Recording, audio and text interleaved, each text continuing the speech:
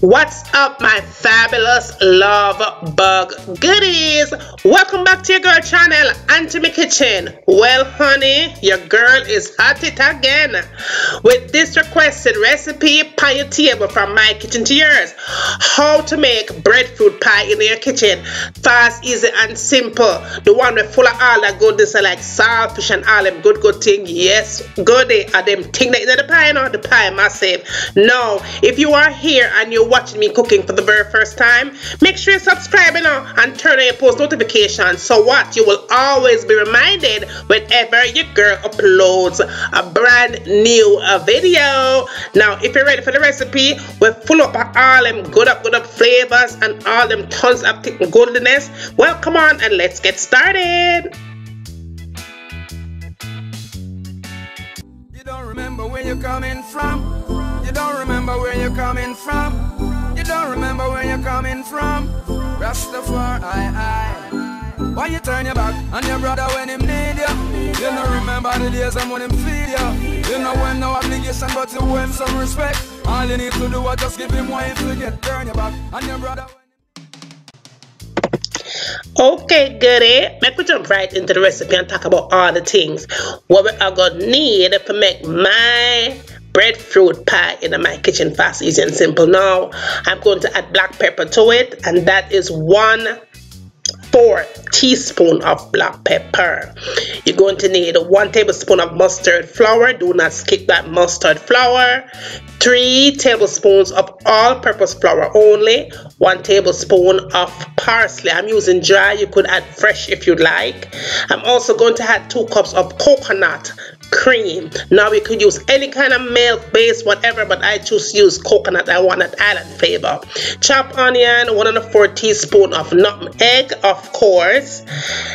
Don't skip that either. We're going to go ahead with unsalted butter, and I'm using 3 tablespoons of unsalted butter.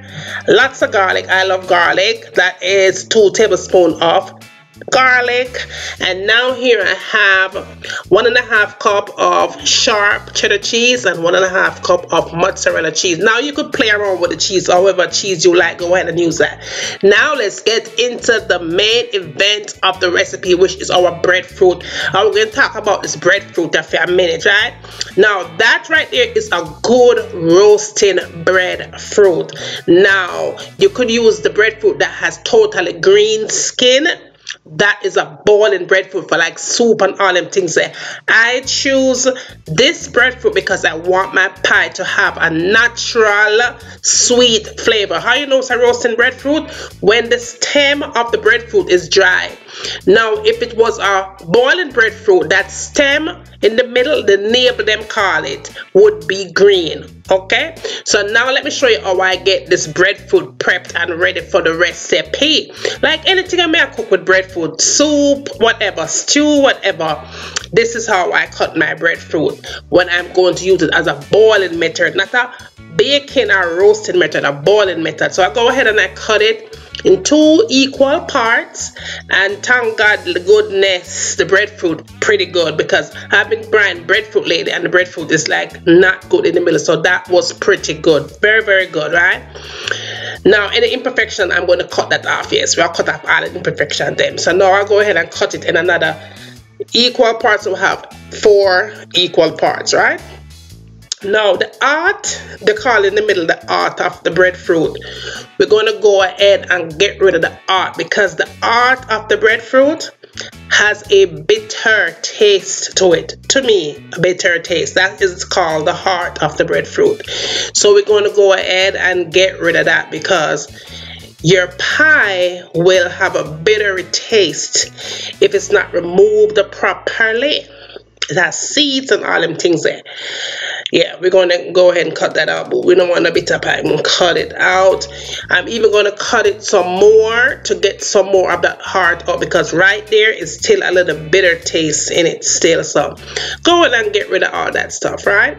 So we cut that up, and I'm using my paring knife. You could use a potato, whatever you feel like to use for peel the breadfruit skin off. You go ahead and you do that, but I feel more safer when I use my peeling knife to cut off the skin and the heart. So see, I went ahead and cut off the imperfections from the breadfruit, right? So yeah, that was pretty simple, but be careful because you will cut your hand. You don't want to cut on your hand, but we ain't trying to cut up them fingers and all them things and that today. So yeah, so that looks pretty good right there. That would have been perfect for baking, y'all. That would have been perfect for baking. So I'm gonna go ahead and just slice them. So we're going to have some about 16 pieces there. Okay, so after I get this all said and done, I got my pieces all ready up. I was going to cut them smaller, but I changed my mind. You can cut it however you want it. Now I have a pot there. Make sure your water is hot, boiling water. Good. You do not put these breadfruit in no cold water. When you put them in there, they are going to start to float. That is exactly what you want to happen. That means the breadfruit is doing what it's supposed to do. And yeah, you just go ahead and let it cook. It should take about 25 minutes to cook nice and tender. Now, if you have a Jamaican saltfish, you could go ahead and use it. I'm using the Moloch saltfish wild caught. Tastes just as good, right? Now, what I usually do is just go ahead and get my hot boiling water, put it in that pot, and we're going to boil it 2 times. 15 minutes each time, so it's a total of 30 minutes. You could either do this overnight as well, but we don't have time for the overnight business. We're going to cook this thing ASAP right now, right here. So we cook that, and then when you cook it the 30 minutes, you rinse off that water, and that is what you will have. Now I'm going to pick up my saltfish in the desired pieces that I want in my pie. I don't want it to be too big. And I definitely don't want it to be too small for the pie, right? I want people to taste and to feel the saltfish in my mouth and I eat every slice of this pie. So after I did that, I set it aside and let it cool. Now moving right along, it's time for check on my breadfruit because I want to make sure some of the perfect texture cooking breadfruit possible, right? So how I check my breadfruit, I go ahead and I kind of take the fork and check it up a couple times. If it don't go through the way that I want it to go through, then I know it's not time. It's not ready yet. Some breadfruit takes quicker to cook, and some takes like seconds, cook fast, but this one was a little bit more dense, but we gave it more time. 5 minutes later, and that was about 25 minutes total cooking time. It was done. But now gonna remember, you could always cut it in smaller pieces, and that way it's gonna cook faster. I did it this way because I want to manage the thing. I don't want the thing manage me. I want to manage the thing. I don't want my thing mash up when it's boiling. I want it to be holding when it's cooked. So that's why I chose to do it this way. But right there, it's cooked and it's tender and it's just the way that I want it to be. Nice and tender. Take it off the stove, but I'm not going to let it get cold. I'm going to start mashing up this thing like immediately right away, but I did leave some of the water, probably like a half a cup of water into the bottom of the breadfruit, as you can see right here. That's it, right? So then we're gonna just go ahead and just mash it up with my fork. Now you don't want to have this thing all mashed up like you mash the mashed potatoes, and no goody. No, you're going to ruin the thing. We're not doing mashed potatoes here. We are not doing mashed potatoes, boo. Okay? No mashed potatoes here. You are just kind of giving it a little bit of, open space, if that make any kind of sense, right? Yes, sir. Okay, so that's how we're doing that. You want to set it aside then and allow it to cool for sure. Then after you allow it to cool, now moving right along, I added my unsalted butter only to my pot. Now I didn't add salted because remember we are cooking saltfish into this thing. Okay, so now I went ahead and added some fresh garlic to it and just combine the garlic and the unsalted butter together. And you don't want to burn up your garlic. Now burn up your garlic. Go to when I'm gonna burn up garlic in this thing. Then I went ahead and added my 3 tablespoons of all-purpose flour only, and we are going to cook that flour for a couple of seconds. We're not talking about 3 minutes and 4 minutes. No, we don't want to burn up the flour. You just want to do it for a couple of seconds like that. Then after I did all of that and all of this and all of that, I went ahead and I grabbed my coconut cream. Right, so you want to add the coconut cream to it. Now if you don't have coconut cream, goodie, just go ahead and add, you know, whatever kind of milk, whole milk, evaporated milk, whatever kind of milk that you want to add to this step, you go ahead and do so. I just chose to use coconut cream. The coconut we're climbing and getting the tree, that's the one that I use. Okay, now I just continue to spin it, and you make sure you spin as much as you can so you don't have all that excess amount of lump. You want to get those lumps out as much as you possibly can. And that was 2 cups of coconut cream. Now after I got done doing that, I added my chopped onions into the mix, right? So you go ahead and put your onions in, you add your mustard flour, and then you add your nutmeg to it. Then you add your black pepper to it, of course, because you want the thing to have flavor, right? Good, you want the thing to have flavor, you know. Now this step I added parsley, dried parsley. You could add fresh parsley.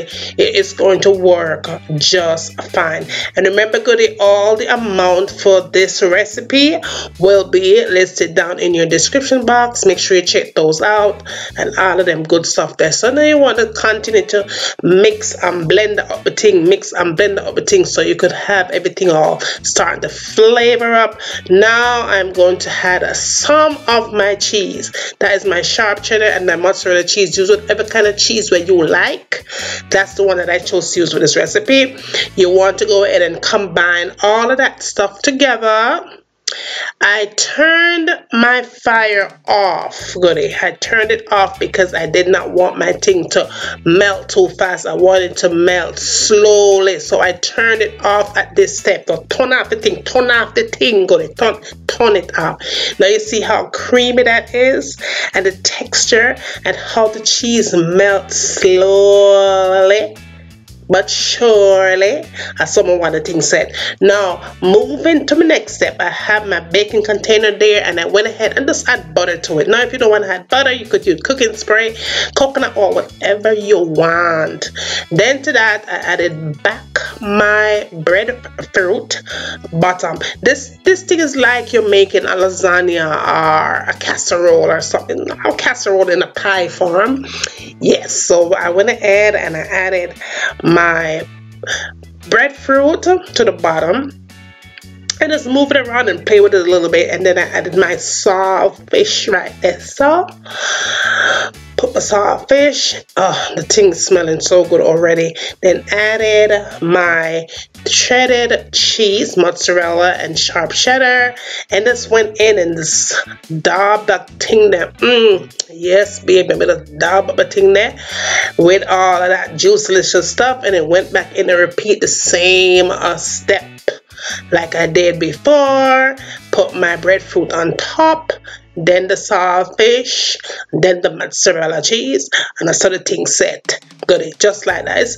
This recipe is one of the recipes that you're just going to fall in love with. The flavor that it pops off. Breadfruit pie is one of the best pies, goodie, that you could ever have in your kitchen. It's good for Thanksgiving. It's just good for any time of the year. Sunday dish, a little thing on the side, very impressive. Yes, and so I went ahead and just lay the rest of it on top of the pie. But this time though, when you spread the rest of it on top of the pie, you want to make sure, say, you're gonna spread it out, smooth it out, nice and smooth on top.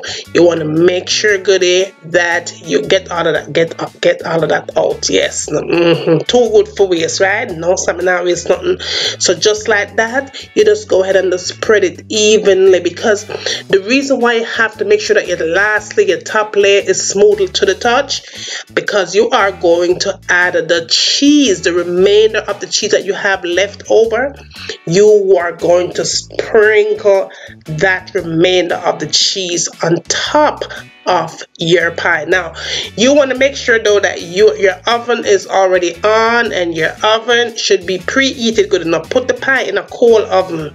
You want to make sure that your oven is preheated, and your oven should be turned on 375 degrees. You're going to pop this in your oven, and it is going to take about 20 to 25 minutes total to bake uncovered, because you want to get that beautiful crust on top of your breadfruit pie. Okay, you know, leave it uncovered, boo. Yes, leave it uncovered.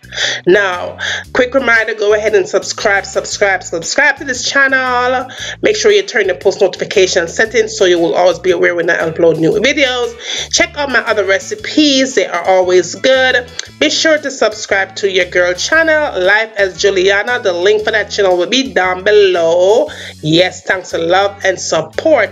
Now, when thing come out of the oven, that is exactly what your breadfruit pie is going to look like. You see how that look?